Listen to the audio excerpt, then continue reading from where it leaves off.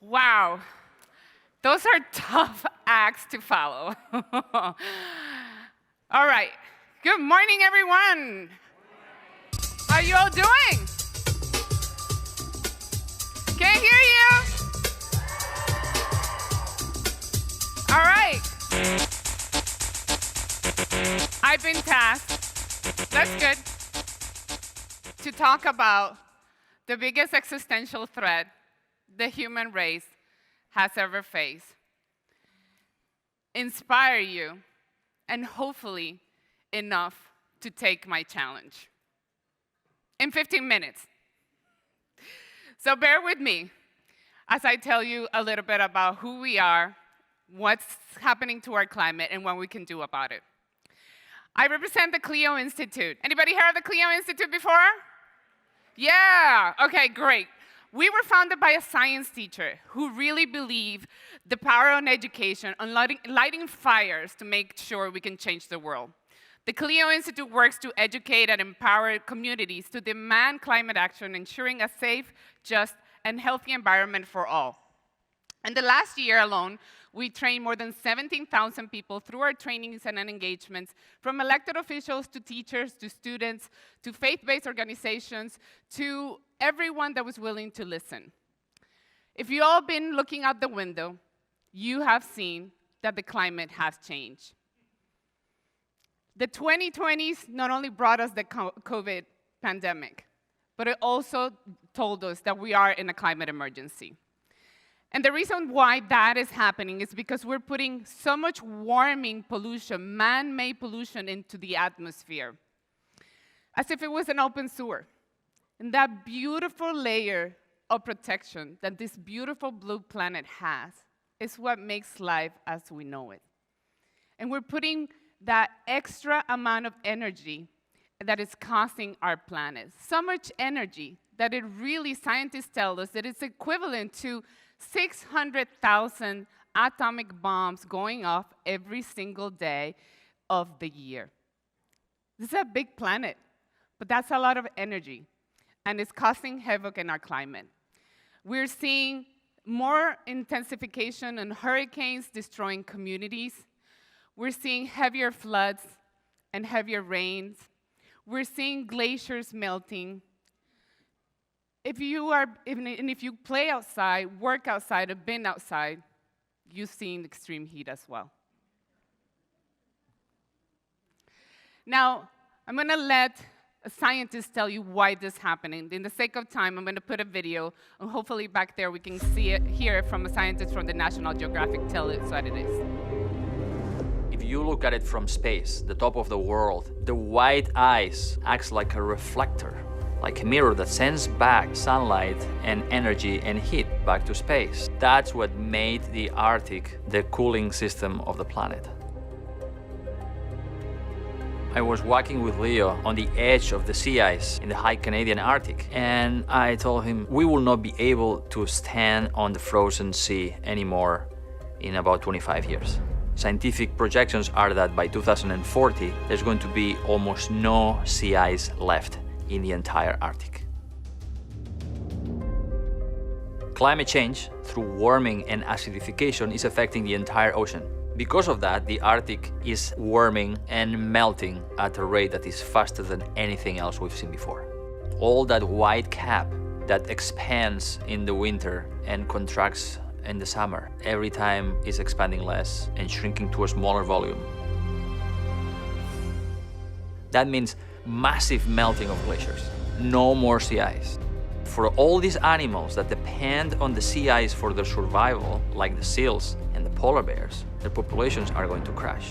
For the rest of the planet, the melting of the sea ice is going to be associated with more extreme weather events. Some areas are going to experience more flooding, some areas are going to experience more droughts. So I don't think we're going to be very happy with the climate that's coming. There is only one thing that needs to happen to solve the issue of climate change, which is reduce dramatically our carbon emissions, our carbon pollution. That's it. We need to move from a fossil fuel dominated society to a society where renewable energies are more and more dominant. We cannot pretend that this is something that somebody else in the future will have to deal with. We have to take action right now if we are to preserve a beautiful and wonderful planet that we will be very happy to live in.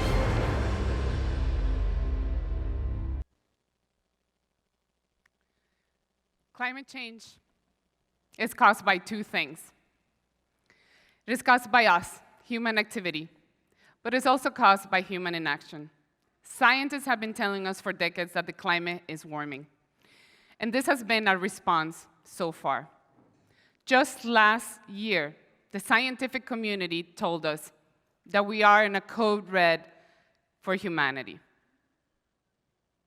And I know this seems daunting, and I know overwhelming, but I'm here to tell you that it is the attitude, our attitude towards this problem that will determine our success. And I'm going to give you many reasons for hope and why. Right now, we have identified and implementing more than 100 solutions to reverse global warming. From solar and wind energy, non-pollutant sources of energy, to electric vehicles, to regenerative agriculture, there are many solutions that are being utilized in many places of the world, but we're lacking the will. The private sector is shifting. They are understanding that our economy, base economy on fossil fuels is not sustainable, and they're making the switch. More than 300 companies have already committed to 100% clean renewable pledges, and that's very good news. Another source of optimism is a new social movement that is brewing, and is led by youth. Millions of youth around the world, bound by a common sense of injustice, bound by a common identity, are marching and calling for bold action all around the world, led by youth activists and in many places of the world, some of them which are here at home. Last year, the global climate strikes brought millions of people to the street to demand more actions from our elected leaders. They're suing governments at the federal level, but they're also acting locally in many capacities. Right here in Florida, some youth leaders are suing the state of Florida. They are demanding more from the municipalities, from their elected mayors. And they're also asking from their schools to do better. And if you've seen the news, your own school district last year committed to 100% clean, renewable plan by 2030.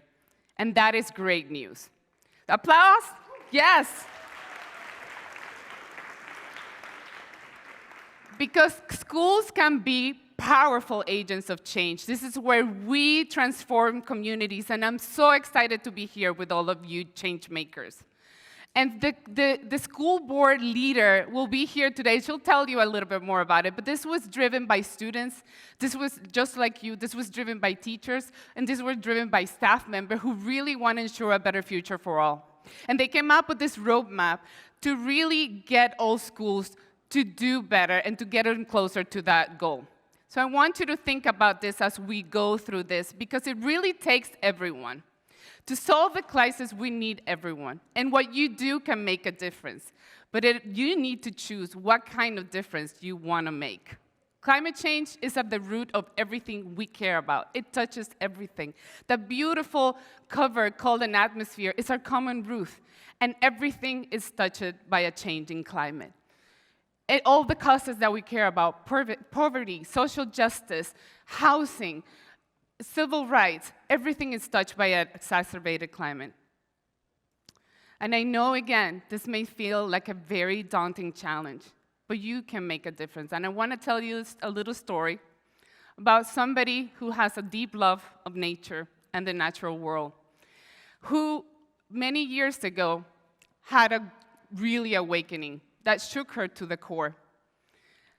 It was an inconvenient truth because I realized the way I was living, what I was eating, how I was moving, how I was flying, my consumption, the waste that I produced was adding warming pollution into the atmosphere, threatening the future of my own children. And I made a commitment then that if I was part of the problem, I was going to become part of the solution. And I was living in Peru in Latin America several years ago when I heard global leaders were convening to try to find a common ground and a common roadmap to solve the climate crisis.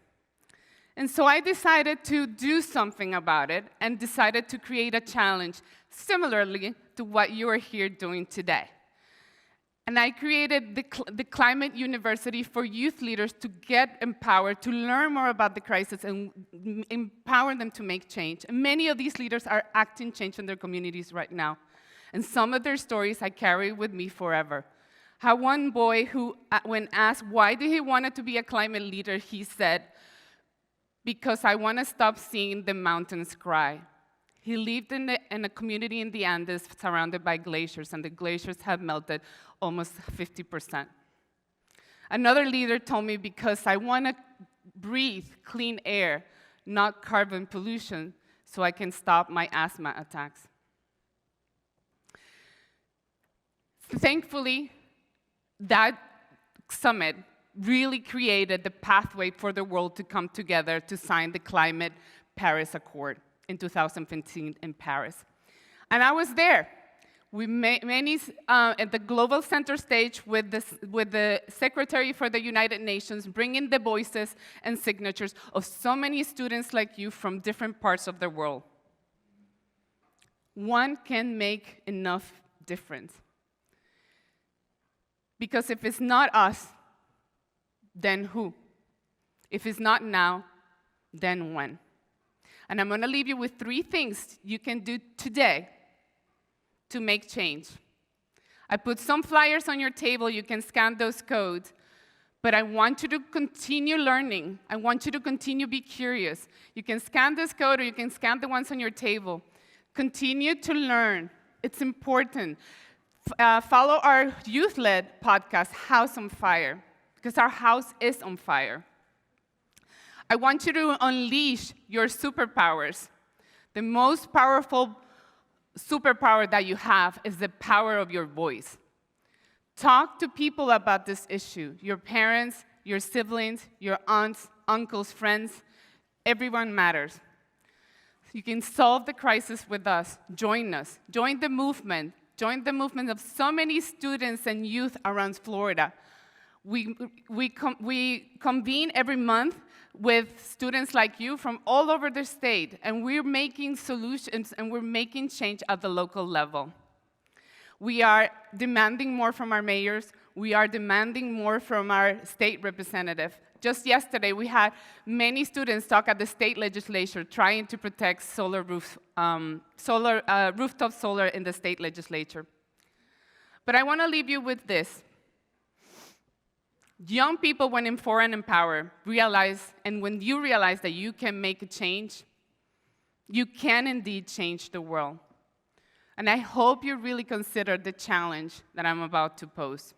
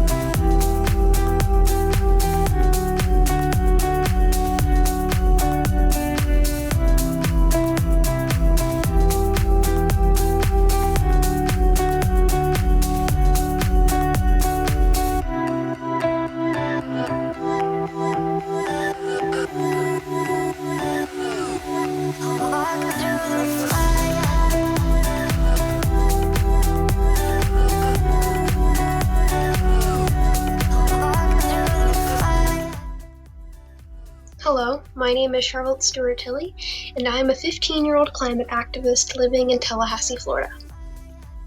When I was in 8th grade, I read about the influential Swedish climate activist Greta Thunberg, who inspired me to start climate striking in my community. I got involved because I was worried about what my future and the futures of generations following me would look like. I didn't want to live in a world where natural disasters and species dying out was the norm, where everyone accepted it.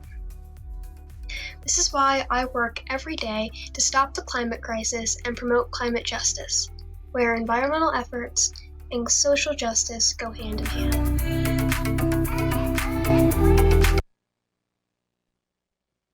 Remember, what you do makes a difference, but you need to choose what kind of difference you want to make in the world. Because you, youth, have the power. Thank you so much.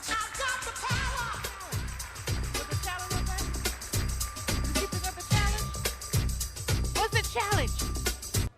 The challenge? And now,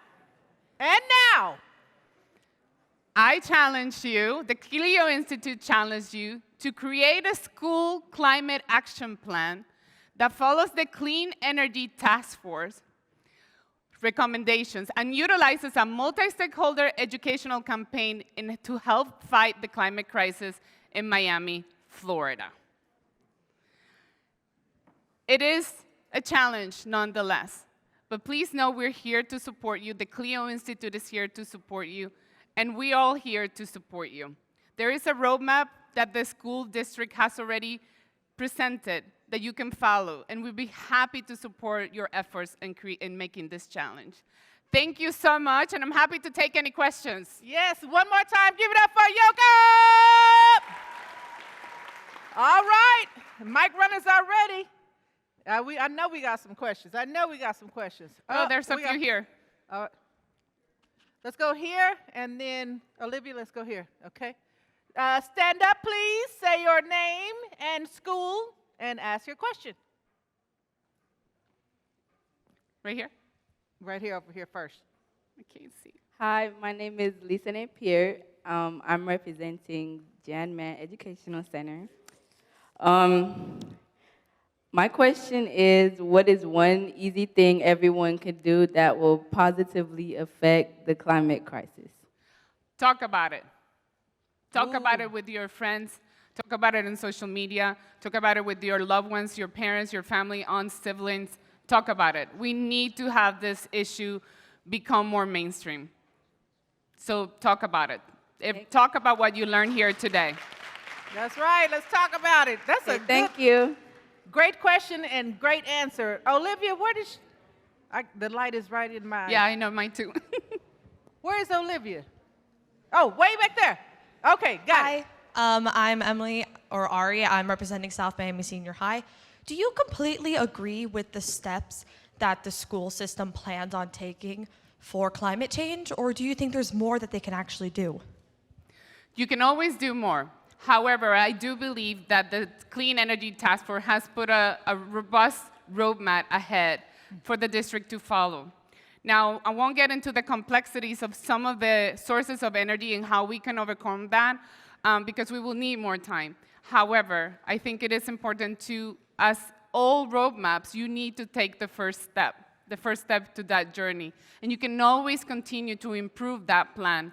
The Paris Climate Accord was exactly that. It wasn't perfect, but we have been talking decades and decades, all countries of the world, and they have not made a commitment. Finally, they did in Paris, and every year that climate accord is getting better and better.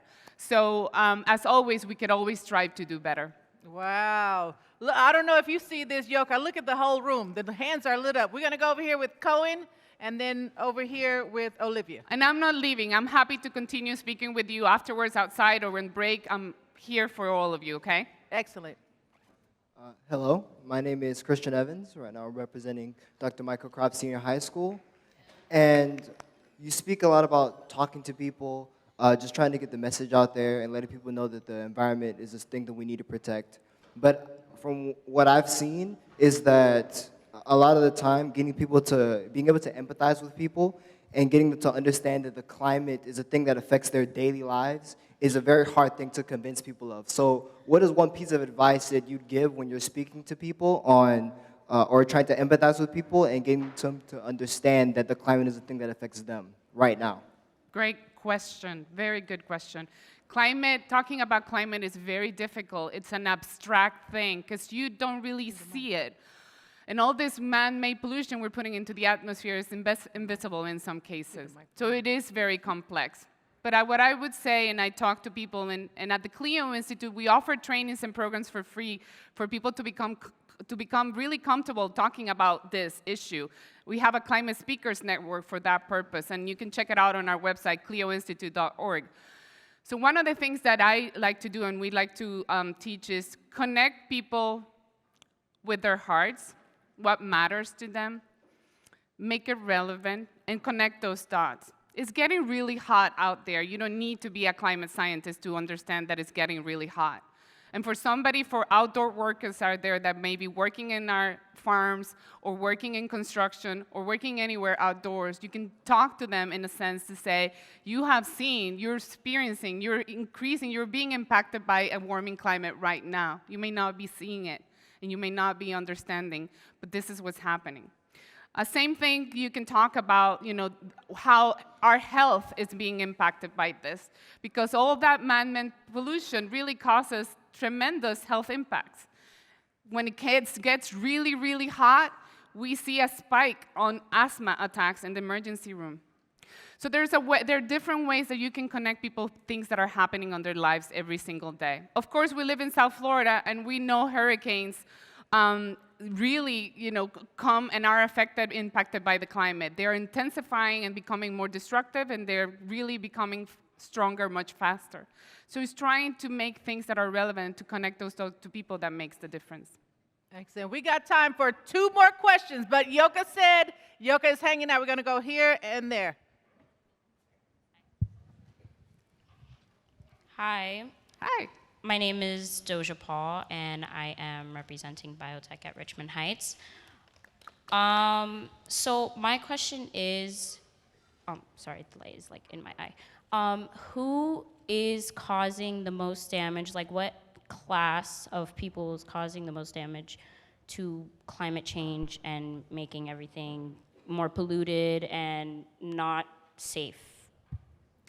That's a good question. So everything we do has an impact. Right now, we're breathing out CO2. We take in oxygen, and we breathe out CO2. And CO2 is a heat-trapping gas. And the buildup of that gas is causing our planet to warm. Just the buildup. I mean, CO2 is not all bad. So everything we do has an impact. Now, when we talk about global scales, there are countries, developed countries, that contribute a lot more because their economic development, because they have more people, because they're bigger. And so right now, the top emitter for greenhouse gases is China, but the top emitter per capita, per person, is the United States. Unfortunately, it becomes an equity issue in some cases because the countries that are feeling the brunt are the ones that cause the least amount of pollution. But we all play a role, despite who caused the problem. We all play a role in the solutions. Mm-hmm. We all play a role. Look, I don't know what you did, but it's happening. Last question over here, Cohen. Hello, I'm Aurelio Matos from Cutler Bay Senior High, and I was wondering how much will a completely renewable world affect economies, business, who are driven mostly on non-renewable sources? Sorry, you're gonna have to repeat that once again for me. It's a long question. How much will a renewable world affect economies, nations, and business who rely completely on non-renewable sources? Oh, okay, good question. And wrote it down in the playbook, too. Yeah. So there needs to be a transition. The reality is right now, clean renewable energies employ more people here in the United States than fossil fuel industry. And there is a transition. And with transition comes change, and sometimes people are more resistant to change than others. We need to find a way that we can support the transition for the people that rely on those old traditional sources of energy and move them into the clean, new sources, renewable sources of energy. It's not an easy task. I am not saying it's easy. It's difficult, and we're seeing resistance because human nature is normally resistant to change. Yet, the only thing constant in life is change. So, while there is a challenge, we are seeing right now the cost of so many of those clean, renewable technologies go down and compete, in some cases outcompete, with the old traditional polluting sources. So while there's not an easy, straight answer, what I can say is that we're seeing this shift no matter what. The market is changing. In some cases, we have seen red tape that has enabled this new clean renewable take off. To give you an example, subsidies that global economies and countries do, close to $600 billion of subsidies are given to fossil fuels industry in the world today. It's a lot of money to subsidize fossil fuels that are polluting our country. However, we don't get the clean renewable power and economy doesn't get the same amount of subsidies, so it's not an even field. So, and again, not an easy answer, but certainly we believe it's possible, and it's a matter of time, because that train has left the station. The private sector already has embraced that, and it's just a matter of time. The problem with this is like, we're running out of time because the scientific communities is telling us we need to act. This decade is decisive on how swift and how fast we change. All right, y'all give it up one more time for Yoca! Thank you.